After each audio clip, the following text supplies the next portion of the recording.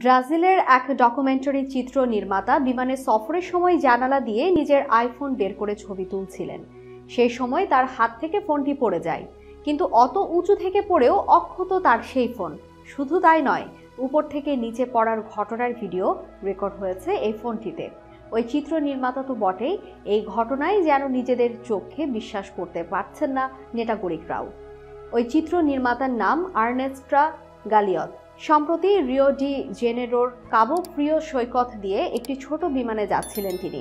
সেই সময় ছবি তুলতে গিয়ে প্রচণ্ড হাওয়ার জেরে হাত থেকে পড়ে যায় তার আইফোন 6s। প্রথমে তিনি ভেবেছিলেন ফোনটি চিরতরে হারিয়ে গেল। তাও আশায় বুক বেঁধে ফোনের লোকেশন জানতে জিপিএসে দেখেন সৈকতের কাছে রয়েছে এই ফোনটি। ফোন খুঁজতে ওই জায়গায় যান তিনি।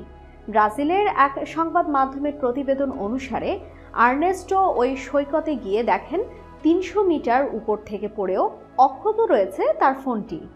স্ক্রিন গার্ডের সামান্য অংশ ছাড়া আর কোনো ক্ষতি হয়নি ফোনের, এমনকি পড়ার পরও অন ছিল ফোনটি। তারপর তা খুলে তিনি দেখেন বিমান থেকে পড়ার ঘটনা ভিডিও হয়েছে তাতে।